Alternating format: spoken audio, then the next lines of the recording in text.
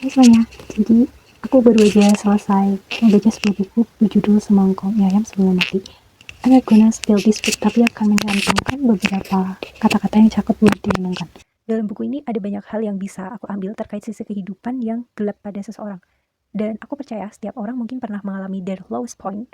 Nah, karena itu hari ini aku mau bahas, yang mau aku bahas adalah doesn't matter how life hits you so hard, there's a God who look after you. Dalam buku ini menceritakan tentang Ale, tokoh utama yang berniat ingin mengakhiri hidupnya karena capek dengan hidup yang dialaminya, tapi malah dia pengen makan mie ayam dan tersasar ke berbagai tempat yang akhirnya menjadi pelajaran dan jawaban atas pertanyaan-pertanyaan dalam dirinya. Jika memang hidup kita lagi amburadul banget nih istilahnya, dan menurut Tuhan kita kepleset buat ambil jalan yang salah, ketidakterdugaan dan nggak masuk akalan pasti akan kita rasakan karena Tuhan menyelamatkan kita dari jalan yang salah itu. Gak tanggung-tanggung, mungkin Tuhan langsung kasih uraian jawabannya lewat peristiwa-peristiwa yang kita alami saat itu juga. Itu termasuk penjagaan Tuhan pada kita, jadi don't give up. Maybe life is worth living again.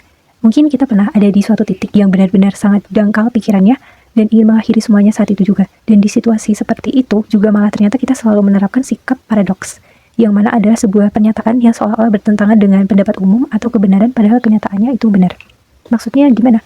Maksudnya seperti kita mempercayai pendapat umum bahwa penyebab kekosongan hati kita, kesehatan mental yang sedang kambuh-kambuhnya atau gejala depresi yang kita rasakan adalah semata-mata karena kurang beribadah, kurang bersikir, atau mengaji contohnya. Ya, hal itu bisa dijadikan acuan pertama solusi utama saat kegelapan itu sedang muncul, tapi beberapa dari manusia pun malah sebaliknya berpikir bahwa itu aja nggak cukup dan malah membuatnya semakin tertekan sehingga mencari jalan lain untuk segera keluar dari kegelapan yang baru saja muncul itu. Beberapa menentang semua pendapat umum karena ternyata it doesn't work. Di buku ini, karya Brian Krishna bilang, hidup itu paradoks. Untuk bisa sembuh, kamu harus merasakan sakit dulu. Untuk bisa mengenal kedamaian, kamu harus berperang dulu. Untuk bisa mengenal apa itu bahagia, kamu harus pernah sedih dulu. Untuk bisa bangkit melawan, kamu harus jatuh kalah dulu. Jadi kita nggak bisa menilai orang yang lemah mentalnya karena alasan kurang beribadah. Karena pada dasarnya mau setiap orang itu beribadah ataupun enggak, ujian akan selalu ada. Tapi memang lebih baiknya kita beribadah karena itu juga untuk kebaikan diri kita sendiri di kedepannya nanti.